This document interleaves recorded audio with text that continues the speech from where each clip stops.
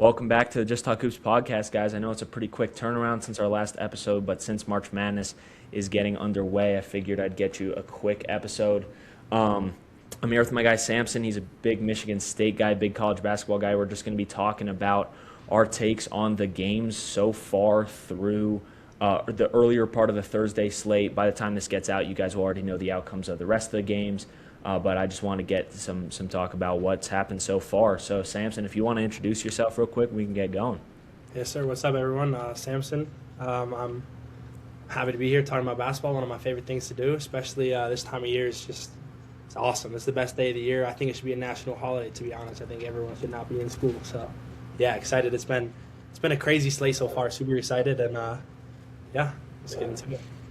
Yes, sir. I mean, I feel like part of the fun of today is watching the games in class. Yeah, but, right. you know, you're right. I mean, on today. I see the argument for a holiday. So being a Michigan – what's up? It's like the Super Bowl. Like, there's no reason we should be in school. Yeah, that's true. I debated just not going. But that's fair enough. So you're a Michigan State guy, obviously. What are your thoughts so far on Michigan State? Obviously, pretty big win against North Dakota. That's a team that they were expected to beat, but we've seen crazier upsets happen. So how do you think they felt, and do you feel better about them going into next week? They'll be playing Louisville. Do you feel good about that matchup? What are you thinking? Yeah, man, I feel like the first round is a great sign for how people were feeling, and I feel like Michigan State came out with no nerves. I think, honestly, that's a huge testament to all our guys being there for a long time. We've had, I feel like, especially in the whole NIL era and people transferring in now, we've had the same kind of core group of guys now for 2 or 3 years, have been playing together for a long time. So it was great for me as a fan just to see them come out hot, come out like they weren't scared of North Dakota State. Big game from Carson Cooper. He's kind of our anchor down low. Sometimes it's Jackson Kohler, sometimes it's Cooper, but we have some great big presence, and they've definitely developed a ton. So I feel great. I think the only thing that I'm a little bit worried about is that Louisville looked really good too. I think a lot of people were talking about like this USF team was very, very capable of pulling an upset, and it really just wasn't that competitive. It got a little bit closer towards the end, but especially without Michael Brown, their best player, I think Louisville's a scarier team than I was thinking. And in my brackets, I didn't even have them getting here. I had almost every single bracket that I picked, I had USF. But in terms of Michigan State, I think they looked great, comfortable.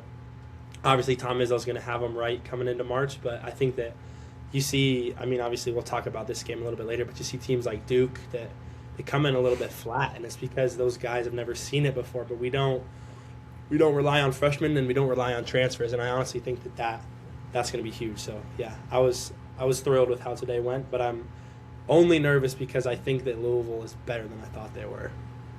Yeah, they got off to a really good start, Michigan State did. Like you said, with the continuity, obviously Izzo's also been there for a very long time, so he's implemented, or like he's been in the college game and for a very long time. He's implemented great things. He knows how to get it done in March. We know that. Once you talk about Louisville, it's really interesting because you look at some of the things that they did in today's game, and it's like they did some really great stuff in terms of they shot the three ball incredibly well. They shot 52% from three tonight or today. They're 13 for 25, so they were shooting really well. Is that sustainable? Possibly not, right? Like that seems like something that you can't really expect for them to maintain. 52% as a team is not super reliable. And then you look at another thing, they rebounded the ball pretty well, but then you look at their turnover numbers, they had 22 turnovers today against USF. Now, I understand that USF, they're a team that forces turnovers to a pretty good extent, right? That's something that they've based a lot off of. But Michigan State's not a team that creates a whole ton of turnovers for other teams, just looking at the stats. I think that you look at Louisville, you say they had a really good night or a really good first game today. I would still definitely take Michigan State going into that round of 32, just because you look at Michigan State had a dominant performance today. Louisville had a really good dominant first half, a little more than that, but then USF was kind of able to come back into that game. And against a team like Michigan State, if you don't play the entire 40 minutes of really high-caliber basketball, I don't think you get the job done. USF, you can afford some more slip-ups, despite them still being a really talented team. And besides USF, you look at their shooting numbers, they went 5 for 33 from three. that's not going to be something that you can rely on. And it's just, part of that is playing good defense on three-point shooters, but also shooting 15% as a team. It's just, like you're saying, some teams look ready when they're coming in, some teams don't. USF didn't really look ready. They weren't making their shots. It's like, yeah, they forced a bunch of turnovers, but they just didn't look prepared. And Louisville did look better than expected, but I still don't hold a whole lot of stake in that team. I just think they're a team that I don't totally believe in, especially since they're going to be going into a difficult matchup against a really good MSU team. Yeah, I think especially that turnover is cause for concern. So although statistically Michigan State doesn't force a lot, they get out and go. So like if you're slow against them, or if you're a little bit sloppy with the ball, they might only force 10, but they're probably getting 16 points plus off those turnovers. Because if they turn you over, they have dudes at the rim. Like Cohen Carr's, if he's inside half court, you have to find him.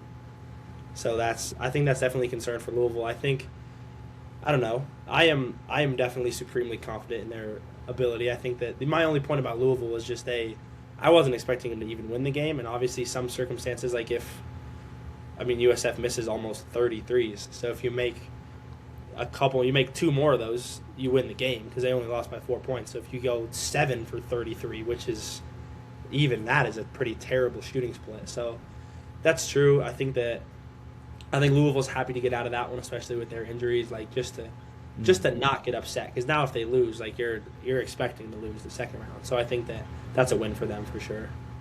Yeah, no, it's nothing against Louisville. I think they still had a good game for sure, especially like you said, missing Michael Brown. When you're missing one of your best players, like coming into March, we can talk about Duke, right? They were missing Caleb Foster, and it seemed like they missed him. Yeah. The other Boozer brother stepped up big time and got the job done for him eventually. But, like, going down 11 to Siena, do you feel like this is something that you worry about for Duke in the upcoming rounds, or is it kind of just a, roadblock? Yeah, no, I do. I think that any team that kind of plays with their food a little bit too much in the first round is a sign. Like, I think there's – like the Michigan game going on right now, like they were only up 4 at halftime against Howard, but now I'm looking right now, it's up to 12, and it'll probably be 20 plus.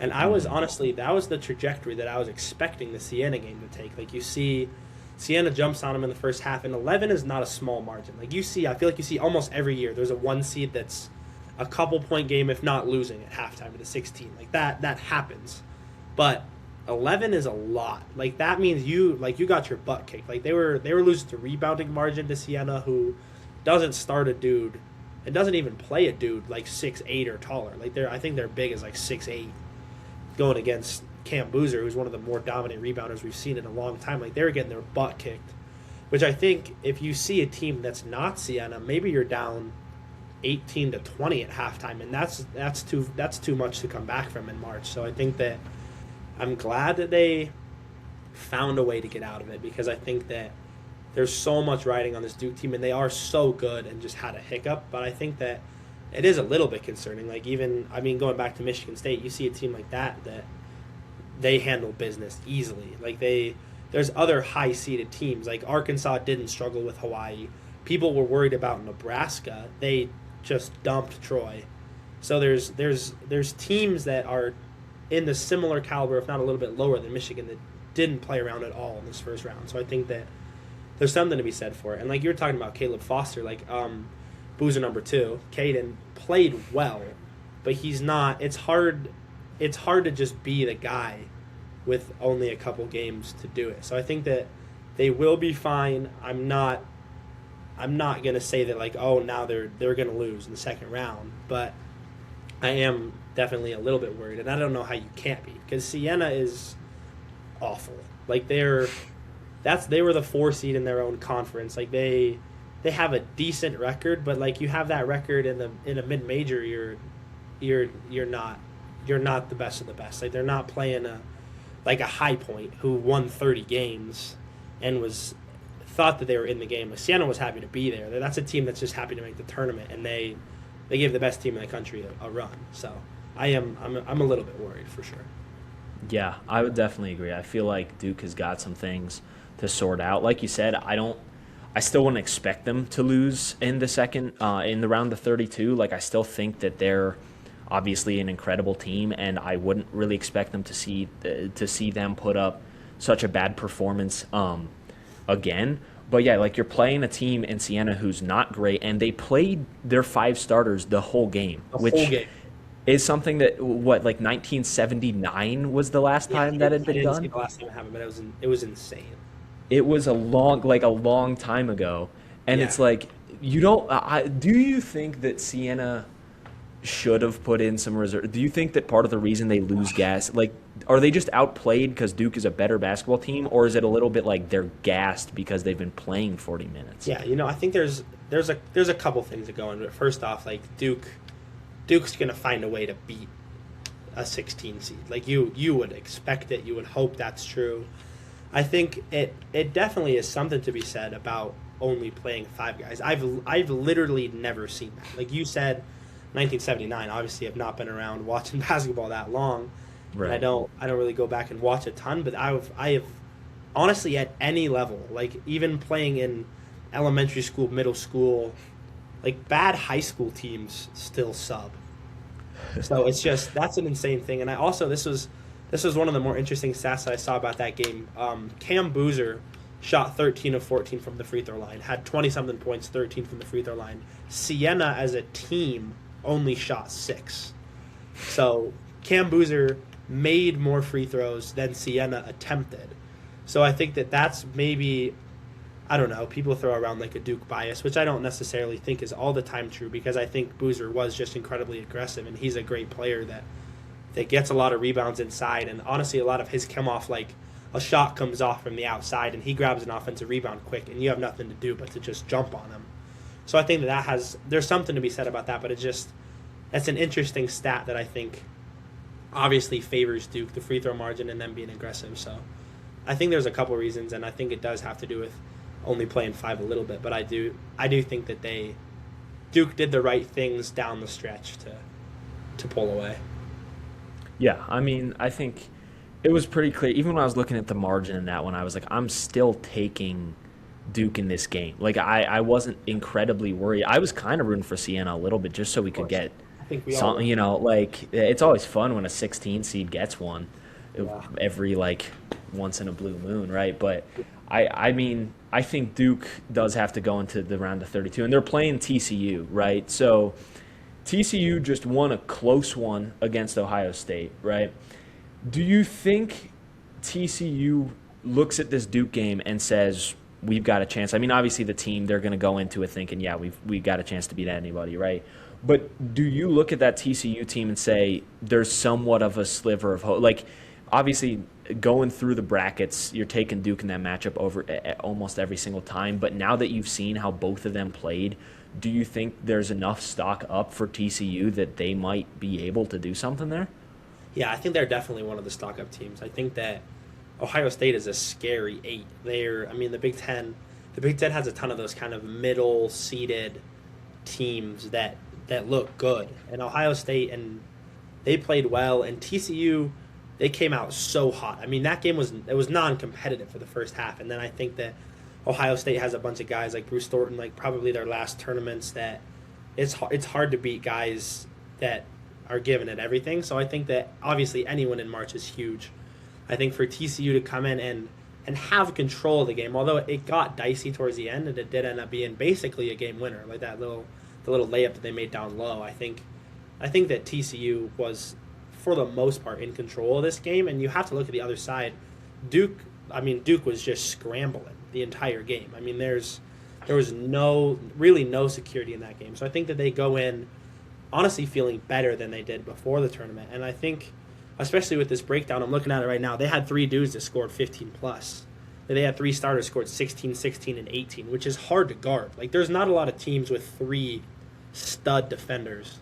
So I think if you can kind of have anybody go off at any time like TCU did, I think that's a recipe for an upset. I think that Duke is good enough to stop one guy, but if you have 3 or 4 guys that are all putting up 15 points plus other stuff, one of them was their big at 16 points, 13 rebounds. They had another guy with 16, 8, and 3. Like, those are great stat lines in March, and I think that that's more of a matchup to watch than I was expecting. I thought Duke would just roll through the first weekend, and obviously not. because they got scared in their first game, and I think the second game is equally as scary. Yeah, I mean, I think TCU, like, I like that point about three guys being able to get the job done, especially since all three of them are forwards, right? So it's like you've got to have three forwards Yeah, or at least big enough to defend forwards who can defend three forwards who can clearly put up points in March when, the other team is trying their hardest, right? Like I think one of the most interesting things about March Madness is every team is so bought in for every single game. absolutely. Like you see a team like Siena who their five starters are playing the entire night and still putting up a fight against who was ranked the best team in the country. And Yeah, it's like I think that's the coolest part about the tournament is just agreed. everyone's bought in. So like your ability to have three forwards all score 15 plus against a team that's bought in and is trying their hardest on the defensive end of the court. I think that is something that Duke has to look at and say, okay, who are we matching up with these guys? Like Yeah. obviously you've got Boozer They've and you've got got two, and Malik Brown can guard. Their other guy, their second big can guard, but the third one is you put Kamenia on him. Like do you dip into your bench to start? Like they play. Duke's not huge, so if you get a switch situation with Isaiah Evans or Boozer Jr., aka same age, but second Boozer, like they're not big guards. So I think that poses a little bit of a problem. And obviously Duke has a distinct advantage in this game, like they probably do for most of the tournament. Like they are the better team, and if they play okay, they win the game. But it is interesting, and I think that there's more of a Duke storyline than I was expecting, for sure. yeah. Yeah, I'd agree. I mean like 85% of Duke's best is still better than a lot of teams like 100% of their best. For sure. But it's still a little worrisome because at some point you're going to meet a team who's playing, at their 100%. And if Duke can't get it together, then yeah, I think that's something to look at. Especially since you look at the rest of this region, and it's difficult. We talked about Michigan State, who had a really really good game. We talked about Louisville, who looked better than expected. I mean, we haven't seen Kansas or St. John's play yet, but those are two teams. I think if Duke plays the way they played today against one of those two teams, I'm easily taking St. John's or Kansas over how Duke played Yep. today. And then I mean that's not even mentioning UConn, who's the 2 seed, right? Like you've got a very very difficult region. So I think Duke is going to be a difficult team. Is it going to be a difficult team to gauge going into the next couple rounds? Because obviously we know the talent is there, but in single game elimination, you can't afford to just have a bad night. So hopefully for them, right, they got their bad night out of or bad day out of the Yeah, way today, right? And now it's okay. Now we see the Duke that we've seen all season, which is a sure. Final Four championship, Yeah, level team for sure. But I think that's going to be interesting to see. We mentioned High Point a little bit. I think we got to talk yeah, about them. I mean, that we do. was Yeah, so far the biggest surprise of the day, I'd for sure. say.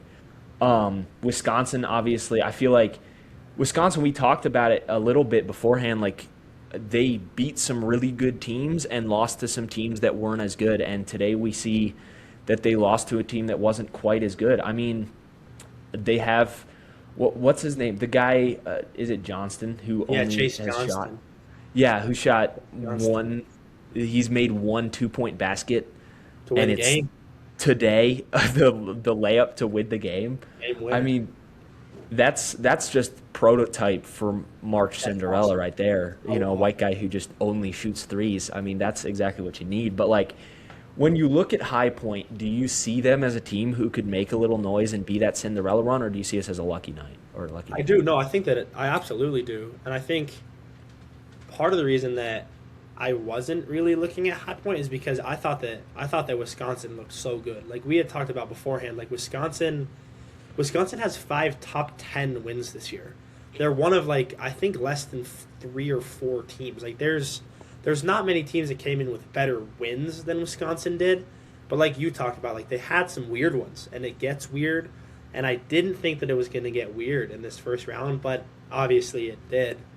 So I think that High Point, who won 30 games, like there's something about people that win. Like you look at even Miami, Ohio last night. I'm not sure. We might get there later, but you win. There's not that many teams in the country that win 30 games, and there's always something to be said about teams that win at any level.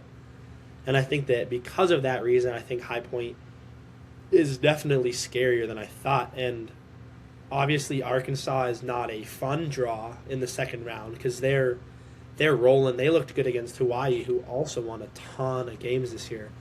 So I think that High Point has a chance against Arkansas. I'm super high on Arkansas, so I don't necessarily know if I'm gonna say like, yeah, High Point's got them, but they looked really good. And obviously, you talk about like they have their Cinderella guy, which also kind of counts for something. Like you talk about, there's always faces in the tournament, and it's pretty frequently a little white guard, and they have one, and he shoots it really well. He had 14 points today off the bench on 7 shots.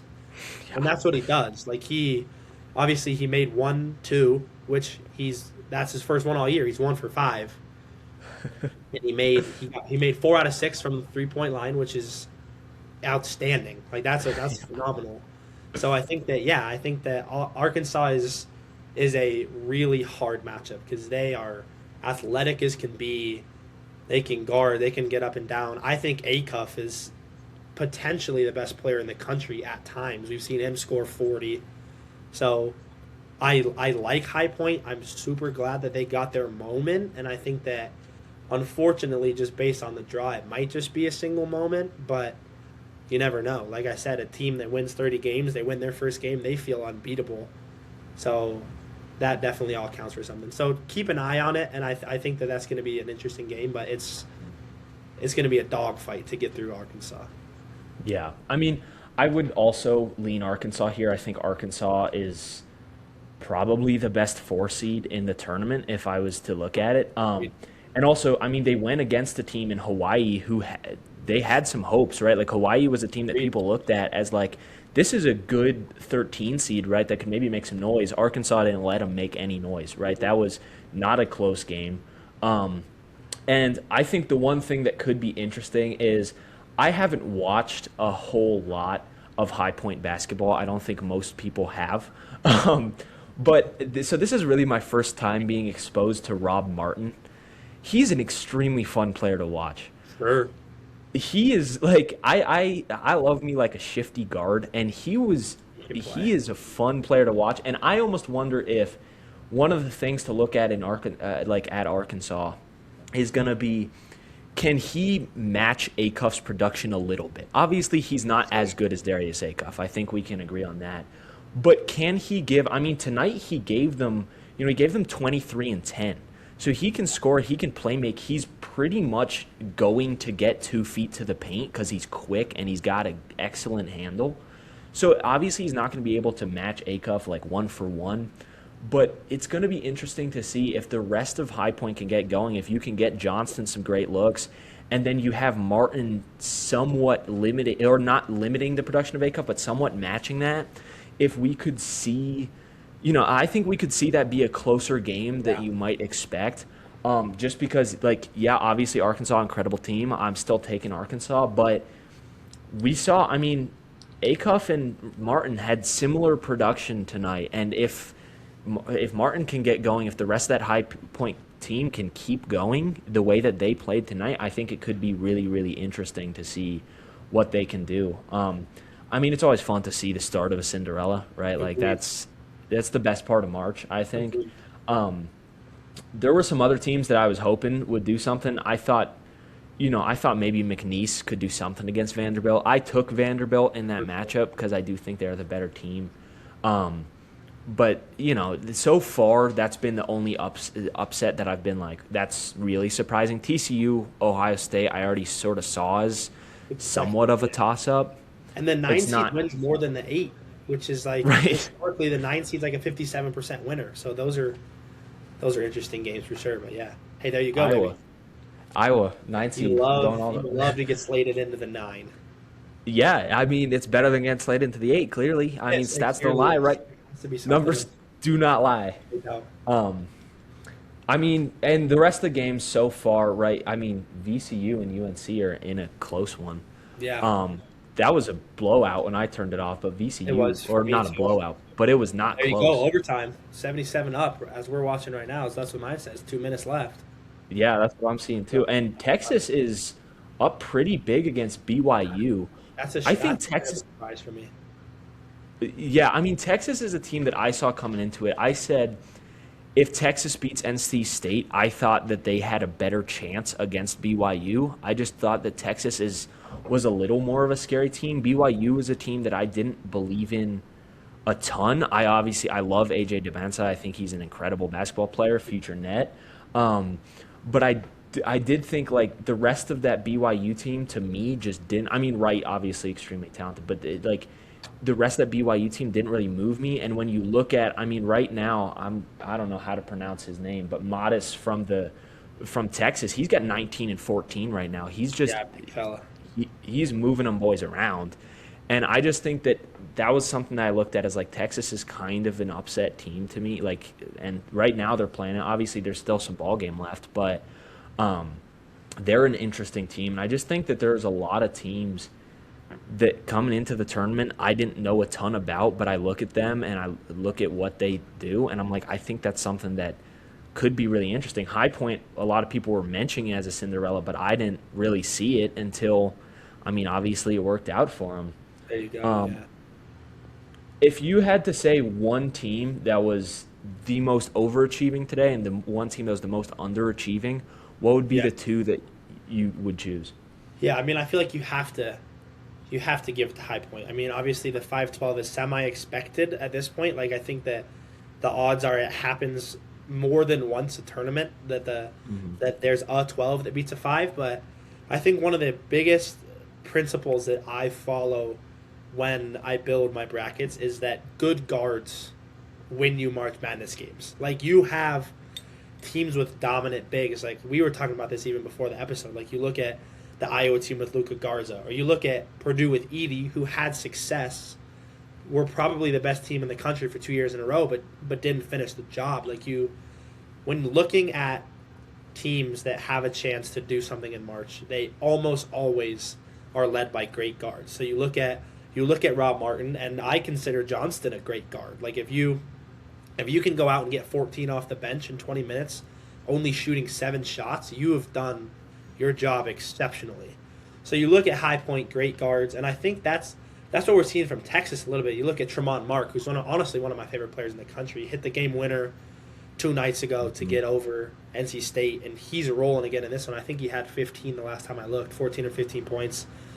Like he's playing great, and if you have guys that can have the ball all the time, they look good. And Texas was somebody that honestly, like, I don't always give as much love to those play-in teams as I should, because obviously Texas is in tournament. They're in the tournament for a reason. If you can get out of the SEC with a decent enough record to make the tournament, you're obviously a great team. So I would say definitely some overachievers today. Number one, for sure, has to be High Point, and I'm going to go to Nebraska as another huge overachiever for me in this today. I think that people were talking about this Nebraska team. Obviously, huge congratulations for the whole program. First ever tournament win Yeah. at Nebraska, which feels crazy because they've obviously pretty storied football program, ginormous Big Ten school. They're the last Power 4 team to do it, but they looked good. And there was a lot of people that were hating on this Nebraska team. They kind of were sliding a little bit as they came into this. They didn't have a super deep run into the Big Ten tournament. Like they looked okay coming into March, but people were worried about this Troy team, and they shut it up, and that game was non-competitive. So High Point, big shout out High Point, big shout out Nebraska. Obviously Michigan State took care of business, Arkansas took care of business, but that was expected. So I think my two biggest overachievers, Nebraska, High Point. Underachievers, I think of the teams that didn't underachieve so bad that they lost, i.e. Wisconsin, probably an underachiever. They're out of the tournament, but I think that Duke definitely was just a head scratcher. Like that was just a weird, how was that game close kind of game, and I think that there's something to be said about underachieving there for me. So I think that they were the only real one, except for obviously Wisconsin, who we know underachieved to the point that they're out of the tournament. I think that Duke was the only team that I looked at that escaped the first round, but but looked not as good as I was expecting them to. What about you? Who do Yeah, you I definitely agree. I think that I'd say honestly Louisville might be an overachiever for me Sure. too, just because we talked about a little bit of there was a lot of discourse entering this tournament about Louisville is not as good as their sixth seed would show, right? And that USF, a lot of people were favoring USF. I think that was one of the more picked upsets when you look at it, besides those 8-9 games. And I think that Louisville played some good basketball. Obviously, we talked about it wasn't perfect, but it was enough to get them past. So I'd say that's slightly of an overachievement. Obviously, high point. I think Wisconsin. You look at that team, you say you didn't even play terrible basketball, right? No. Like you didn't. That's why I struggle to say like they really underachieved is because you didn't play poorly. You just couldn't get it done. And it's like against a team like High Point, you look at that, you're like, that's a disappointing loss. But it's not like it was like, oh, they played Right. awful. It was just you can't stop when a guy's coming off the bench and like you said, he's drilling 4 for 6 threes. Like so I mean he shot one from the logo that it was just like, what the hell are you doing? That's an awful shot if it doesn't go in, but it's cash. And it's like there's nothing you could do against No. you're not game planning against it. You're not going into the week saying let's defend the logo, right? Like that's not Right. what you're thinking. But so I almost feel bad for Wisconsin. Obviously, the team that wins, but it's True. unfortunate to go into a matchup and then the other team just plays over the level of basketball that you expect them to play. Sure. But I'd say those pretty much were the over and underachievers for me. Right now, it's looking like Texas might join that overachievers group. Absolutely. I mean, AJ, he's trying. He's got 30 as of the moment, like you said, There you right? go. Like guys who can have the ball in their hands. He's one of them. But Yeah, I mean, he like you has the said, ball. He has like the highest usage yeah. rate in the country. But you need another guard, and without Saunders, Richie Saunders was the guy last year. Made the decision to come back. Like BYU was scary last year, and then they basically retool with Rob Wright and DeBansa, and a terrible break for them to lose Saunders. I mean, they bring Keita back, the big. Like it's essentially the same core group of guys with Saunders and Keita.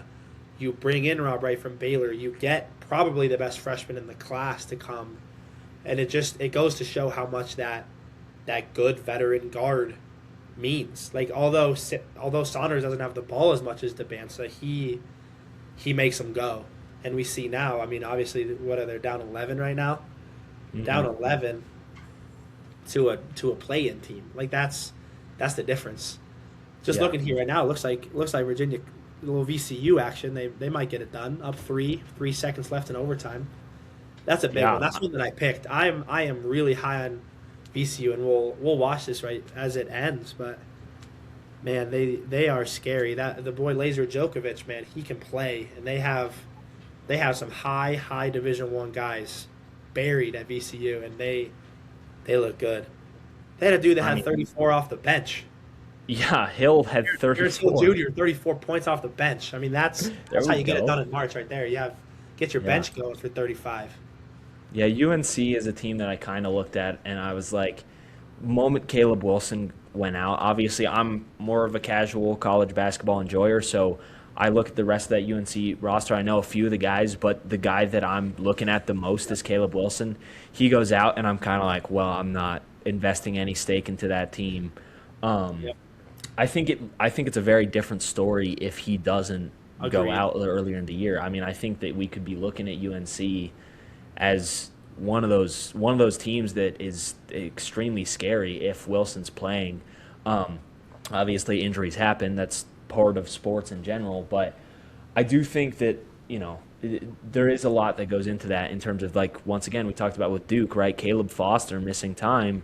That's big Yeah. for you in terms of like that's one of your guys, right? And so when you look at teams that are missing someone, I feel like even if it isn't the most pivotal member of your team, you look at it and you go, just because they're missing something, it just throws off what they've had going the entire season. Like I think I'd rather lose someone, part of the way through, like midway through the year and have time to adapt than right before the 100%. tournament.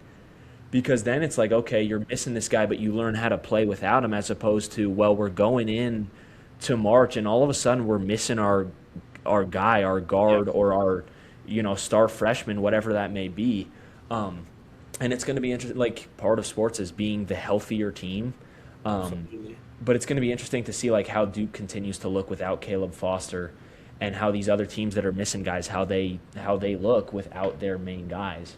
Um, anyway, we can sort of move on. It looks like Michigan is pretty easily going to win their game Yeah, I against was about to Howard. say that that turns me off of Duke even more today. Like Michigan up four at halftime against Howard.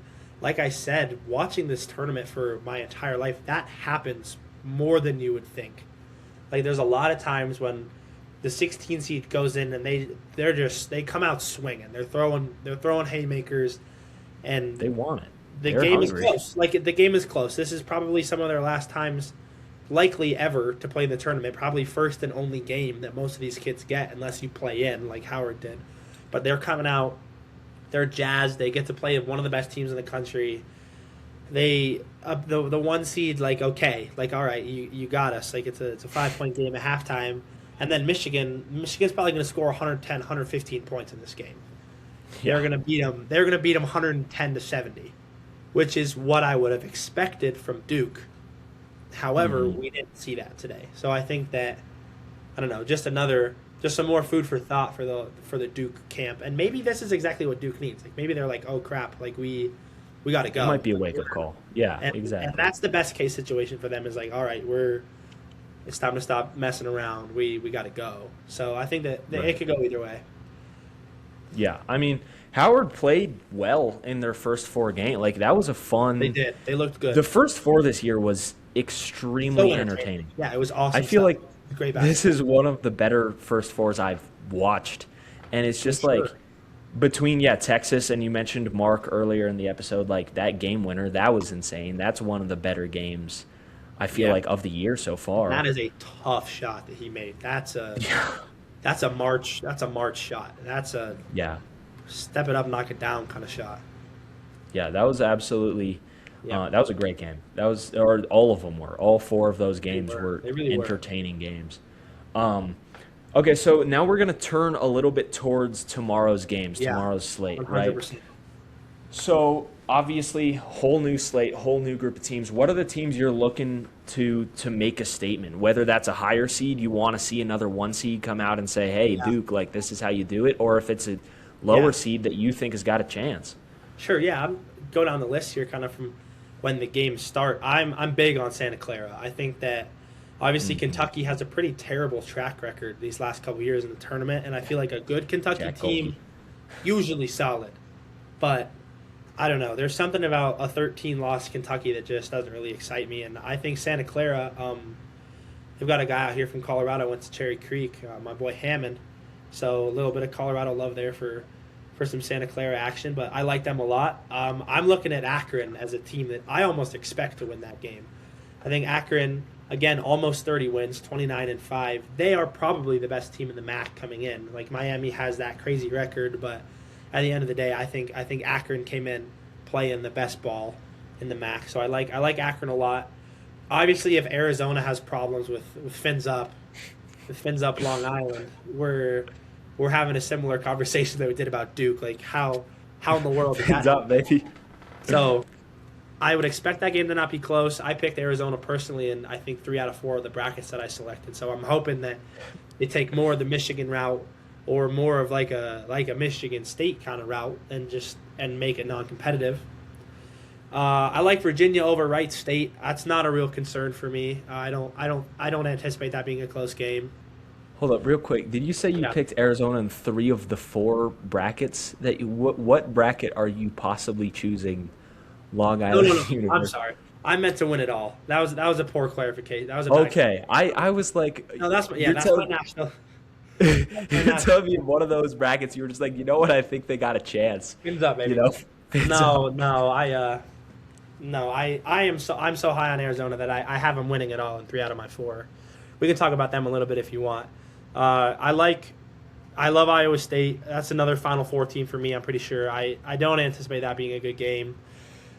Coming down to Alabama and Hofstra, that's That's my interesting one. I think Alabama, especially with the whole Aiden Holloway situation, that's their lead guard. Like we said, he's in some legal stuff right now. Likely won't play. Yeah.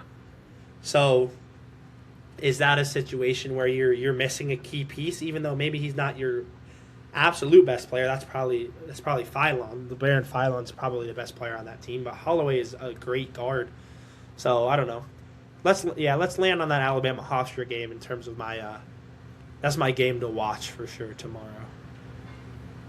Yeah, Hofstra is one that I honestly think there's a world where we get a Hofstra Akron I do second too. round, I like think, round of 32 especially with matchup. Holloway out, I love Akron. I'm super high on Akron. They've made the tournament.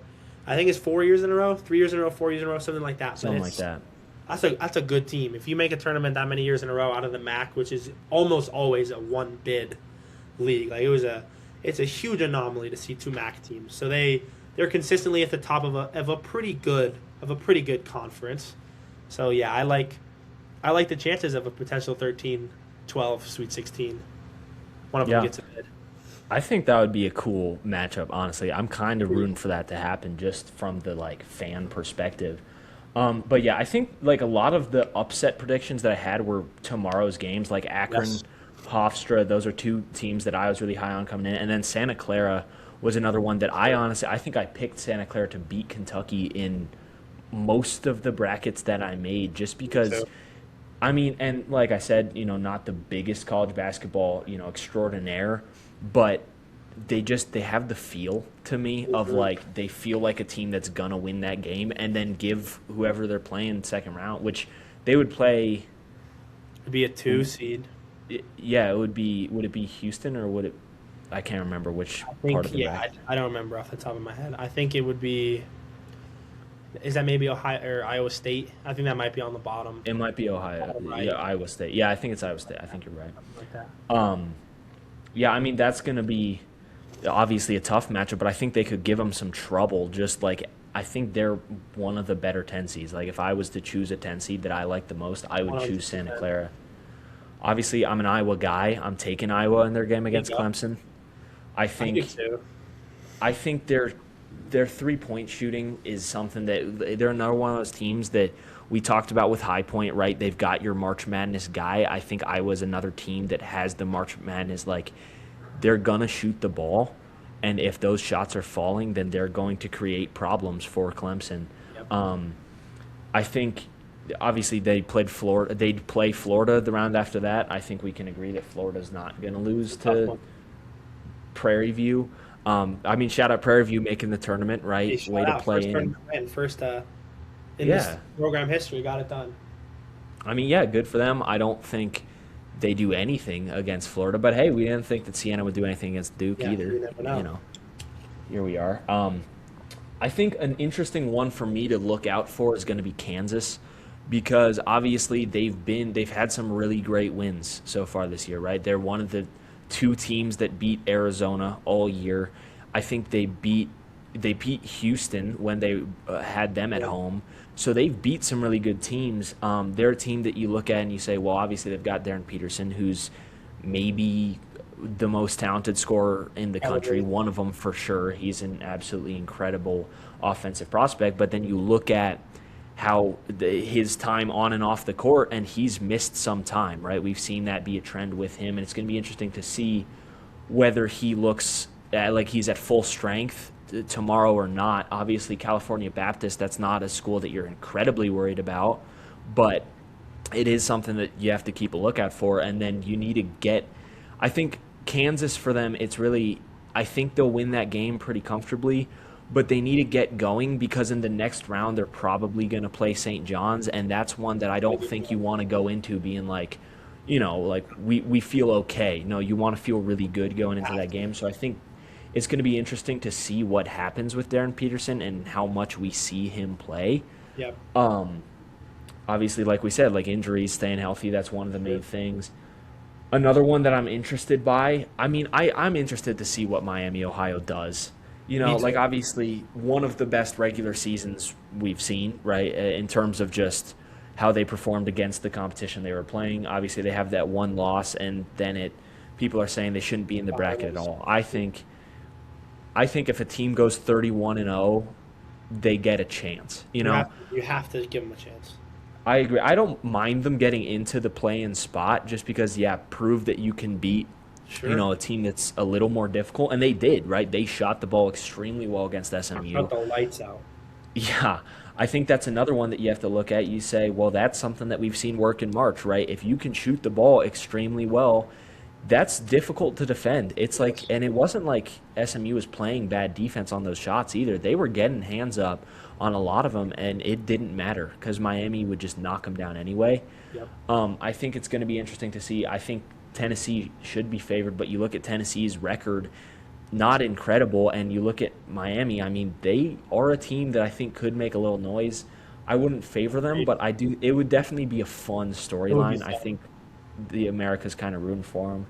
And I honestly Um, think I don't fully understand the disrespect in terms of like the March aspect for Miami. Obviously, like UMass, their one loss. That's like I think they were the 9 seed or the 8 seed, something like that in the MAC. Like that's a horrible. That's quad 4. Like that's about a bad a loss as you can get.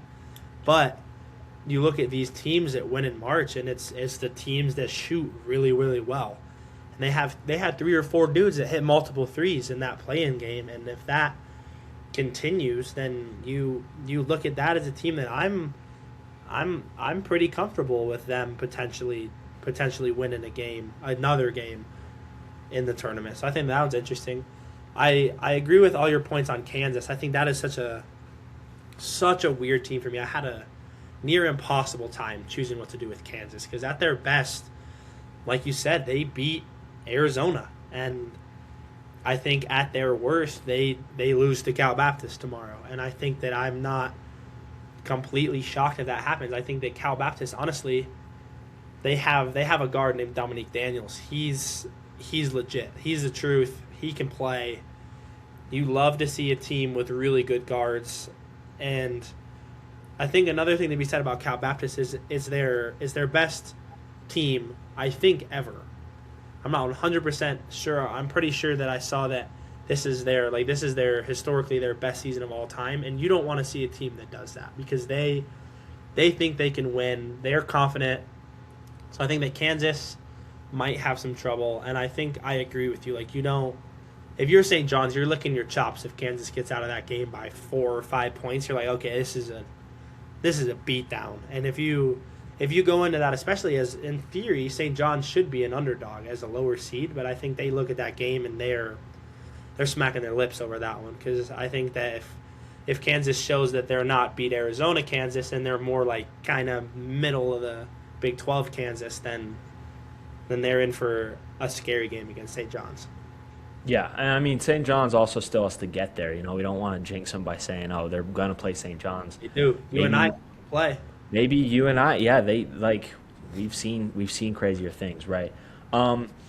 All right, well, one last thing before Yeah. before I let you go here. So, if you had to make one kind of dark horse candidate to get Final Four, Elite Eight, wherever you want to place that, one dark horse team that you believe in that a lot of people maybe don't, who are you going Yeah. with? Um, they haven't played yet, and we haven't really talked about them. But I think if we're going super dark horse, I am worried about UCLA. I think that UCLA has, number one, they have the talent. They transfer in Donovan Dent, who is one of the best guards in the entire country. He's a great guard. He had a great little run with New Mexico last year. He's shown that he can do it in March. Big game player. They transfer in 5 stars. I know this because they just stole one of Michigan State's 5-star big, Xavier Booker. He's not a huge contributor on UCLA, but still, that's the kind of talent pool they're working on. Obviously, Bilodeau or Thibodeau, I think it's Bilodeau. They have just big smooth white guy. He can play, and I think that Donovan Dent is really scary. I think that USF likely does not pose an issue with them, and then they get to UConn, who obviously is a really tough matchup. But if they beat UConn, you look at it like, look, UConn is the most dominant team of the 2020s, and that's you can't argue against that. And if you get by UConn in any tournament, you build some confidence. And I actually like their chances against UConn just because they're going to rely so much on their experience. Like they're an older team. They can play fast or they can slow it down. Donovan Dent is going to control the game. He's going to control the pace. He's one of those guards that has the ball all the time. I really like UCLA, and not that it's a dark horse, but I'm back in Arkansas heavy. I think that having a player like Acuff, having the length, the athleticism, the size that they do, it's a tough region. Like you look at it and they have to put it all together if they want to win their quadrant. But those are my two names to kind of throw out is UCLA primarily because they're coming off the 7 line, probably not expected to go to the second weekend even. But I think that they have a really good chance. Yeah. I think another thing about UCLA that I thought was interesting when I was looking through stats is they're, top 10 in the nation at limiting their turnovers, but they're also top 15 in the nation in forcing turnovers, Yeah, so they're taking care of the ball themselves, but then they're also causing the other team to get sloppy, make mistakes. And if you can just if you get a 10-point differential off of your points on turnovers, that is a big 10 points because that's not only 10 points that you're getting for yourself, it's also 10 points you're stopping the other team from getting. So I think that that's an interesting thing to look at. That's one of the things that I looked at as I was going through stats for these matchups. So I think UCLA is a good pick. Obviously, we talked about that region being an extremely, extremely tough place to get out of. Um, but if they can get past UConn, and then they're looking at probably Duke, St. John's, Kansas, one of those three. And I think you'd rather face St. John's or Kansas than Duke because even though we talked about Duke, is struggling a little bit today, St. John's is a team that's been a little hit or miss, right? They've been a team that's been a little consistent, and we talked about how Kansas were a little unsure as what they're going to look like. So I think that UCLA could definitely make somewhere Elite Eight run somewhere in there, possibly Final Four, if they play to the best of their ability. For me, I'd say I'm a big St. John's guy. There's a little bit of bias there.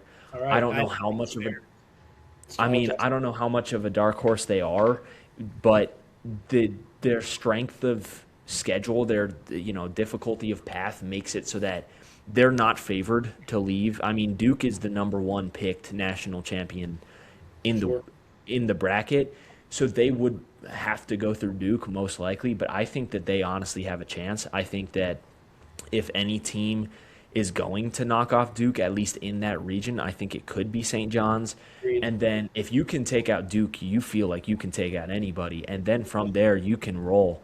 Obviously, like I said, they've been somewhat inconsistent, but they are a team that I sort of believe in, especially since we know Patino. He's been around the game for a long time, right? He knows what it takes in March. We know that last year they came a little bit short of what they were expected. They were a 2 seed, I think, in the bracket last year, but they're just a team that I believe in. And I mean, another one that I don't know how much of a dark horse they are because of seeding, but Illinois is a team that I don't think gets talked about a lot. And I feel like when you talk about elite teams, Illinois is not one that gets brought up. I think that Illinois is an elite team. They're a team that I believe in. Um, I think that they should beat Penn pretty easily. We know that Penn is they had a really good performance from Power it was right, and they get out of their conference. They played really good in that game, but I don't think that they're anywhere near Illinois' level. Like we were talking about how elite guards win in March. I think Keaton Wagler, Yeah, you can play. yeah, he's an incredible guard. And they've got other guys. I just think that Illinois is a team that I believe in. They've got the rebounding, they've got other things like that, and I just think that they should be able to make more noise than I think people are expecting. So those would be my two picks for teams that could maybe make a little 100%. more noise. For sure. Yeah, I really like Illinois. I don't love to watch them play just because they always give Michigan State some trouble, but I think that the Illinois is just built so unique from the fact that they're led by a great young American freshman, kind of how you would expect it, and then the rest of the dudes are older European guys, which is so interesting in college basketball to me because they're made up almost unlike anybody else in the country. They have Stojakovic. They have the two Ivasic brothers. Like they have age, which is huge. Like I think they're 20 plus average age. They have to be. So they're really experienced. They got guys that have played professional games in Europe. Like they pull guys off professional rosters, bring them to Illinois. I really like that pick for sure. I think that's just a little bit under the radar for sure, especially because they slide a little bit in the Big Ten just because, I mean, obviously all the focus is on Michigan. Purdue has a run and wins the Big Ten, so there's another team. People talk about Michigan State because of the Jeremy Fears and the Cohen Carr and that just they play so flashy. But I think that fourth team, and not that they're the fourth best team, but they definitely have fallen out of the media a little bit. But it's not because they're losing games. It's just because there's been hype around other Big Ten teams, and I think that Illinois can fly way under the radar, and surprise some people. Yeah, for sure. Well, I appreciate you coming on the show. It was fun to talk a little college basketball. Obviously, we don't know what's going to happen tomorrow, but it should be another great slate of games. We've already seen some great games tonight. So unless you've got anything else, I think that'll pretty much do it for us today. For sure, yeah. Thank you. It's been super fun. We were blessed with a great day one, and I expect some madness in day two. To be honest with you, I think there's going to be some super fun games, some high energy, some high scoring games. Like a couple of these teams, like you look at Hofstra and Alabama, like those two teams can score. That one might be in the hundreds. Like there's gonna be some fun games. And then my favorite round of the tournament is around of 32. The Saturday and Sunday in the first weekend, that's my stuff because you weed out the teams that aren't playing well. You're still left with a couple 12s. Maybe we see a 13 tomorrow with Hofstra. Like you still have some Cinderellas, and that's where they're made is that second game. So I'm super excited for the rest of this weekend. Thanks again for I think tomorrow's matchups are more fun than today's. Honestly, I think it's that we've got a better slate coming up. So appreciate all of you guys for listening. Appreciate Samson for coming on, and we will see you guys next week on Just Talk Hoops.